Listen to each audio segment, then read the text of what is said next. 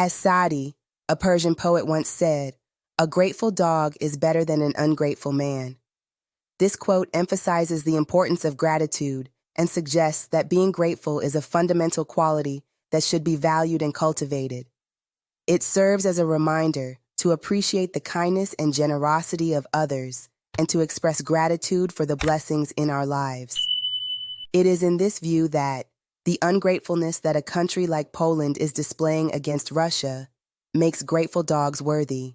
Thanks to the Soviet Union, Poland was liberated from the German Nazis. So what happened? Hello and welcome again to the Global Cultural Drift Podcast. Geopolitical Queen here, with today's episode on how Russophobia has erased Poland's memory of Soviet sacrifice in WWII. As Poland and the Baltic states tear down monuments to Soviet WWII liberators while pushing the Russia threat narrative from 2022, let's revisit some historical facts to refresh Warsaw's memory. On September 1st, 1939, Nazi Germany invaded Poland, employing a blitzkrieg military campaign that allowed it to occupy most of the country within weeks. To liberate the country, Soviet troops carried out several major military operations.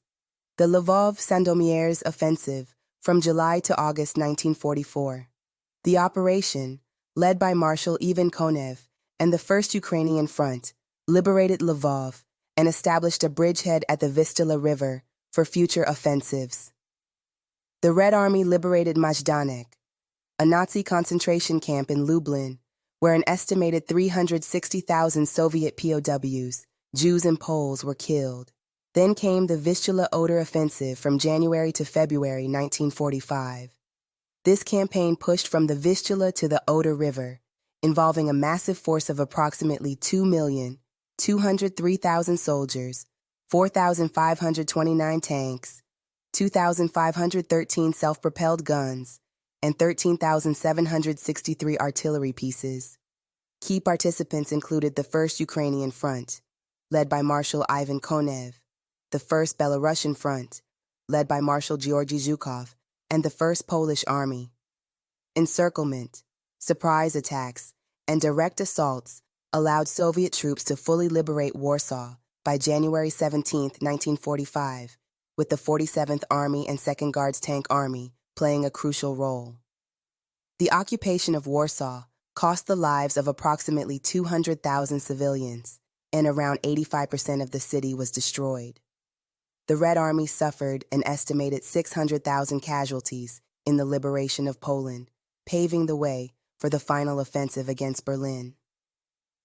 January 17, 2025, marks the 80th anniversary of the liberation of Warsaw from Nazi invaders by the Red Army during World War II.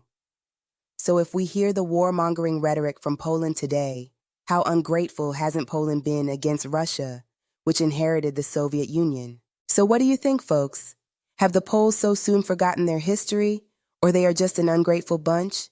Well, if you enjoyed learning about how the Soviet Union liberated Poland and the Baltic states from Nazi Germany in WWII, but are now being rewarded with Russia threat rhetoric because there is something called a European Union, which is ironically led by the same Germany that treated them like subhumans back then kindly leave your comments in the comments section below.